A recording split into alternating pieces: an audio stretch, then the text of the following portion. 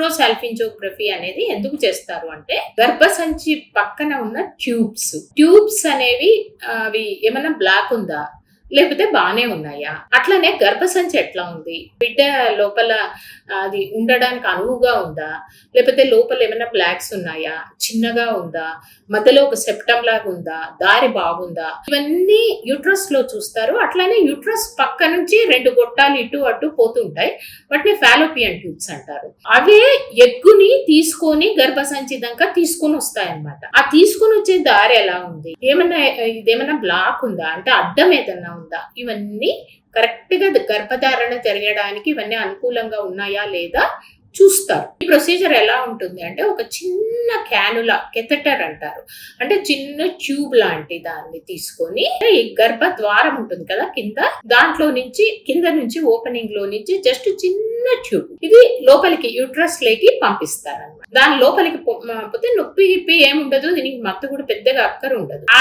Die అనేది x ray లో బాగా కనపడుతుంది అనమాట. అందుకని ఆ డైని కొంచెం పుష్ చేస్తారు.